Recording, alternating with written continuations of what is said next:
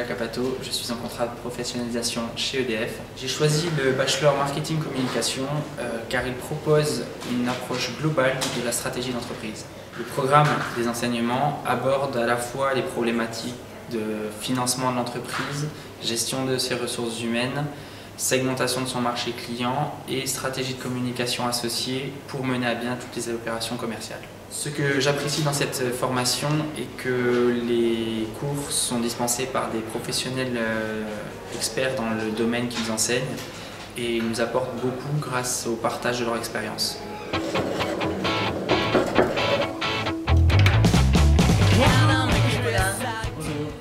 Allez-y, entrez. D'une manière générale, nous avons un service de recrutement au sein de l'école. Donc nous organisons régulièrement des journées portes ouvertes et des réunions d'information. Nous faisons passer une série de tests auprès des jeunes.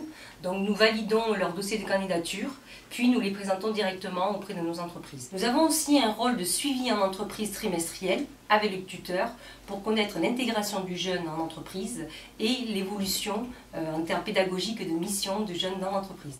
Nous sommes en partenariat avec EDF depuis 14 ans sur des formations de Bac+2 à Bac+5 sur le secteur tertiaire, donc commerce, management, entreprise, entrepreneuriat et ressources humaines. Bonjour, je suis Michel Dalterio, donc directeur des ventes sur le marché grande entreprise en Languedoc-Roussillon.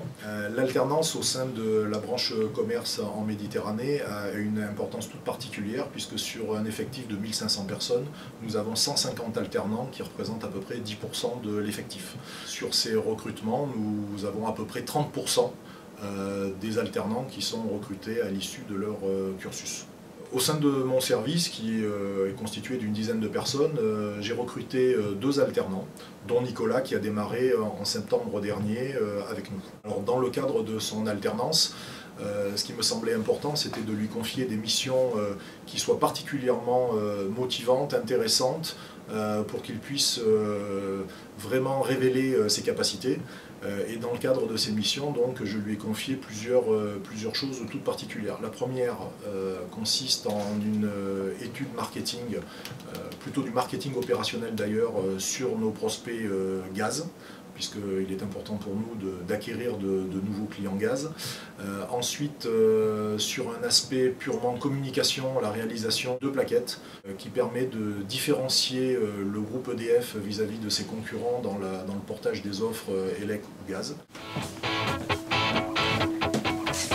Premièrement, dans le cadre d'une reprise d'études, j'avais besoin de garder un pied dans le monde du travail. L'alternance permet de capitaliser et un diplôme et une expérience professionnelle dans le domaine choisi. Enfin, l'aspect financier pour continuer à maintenir un niveau de vie et une autonomie financière. Pour une formation en alternance, je pense que la chose la plus difficile pour un étudiant est de trouver l'entreprise qui va l'accueillir pour faire la formation. Jongler entre entreprise et cours, c'est effectivement quelque chose de difficile, qui demande de la rigueur et de la régularité dans le travail. Maintenant, je pense que c'est aussi quelque chose qui est très formateur sur le plan de l'organisation et de l'efficacité. Ce qui m'a incité aussi à choisir d'abord le candidat Nicolas, en l'occurrence pour ses qualités, mais aussi par rapport à l'école qu'il avait envisagé d'intégrer. C'était l'alternance qui était assez souple et qui me permettait de pouvoir compter sur lui de manière assez régulière, sans avoir des coupures comme dans d'autres établissements où parfois l'alternant est absent pendant plus de 15 jours, voilà, et ce qui est compliqué quand on a des missions dans la durée à suivre ou un appui aux commerciaux, parce que là, forcément, ça fait défaut, quoi.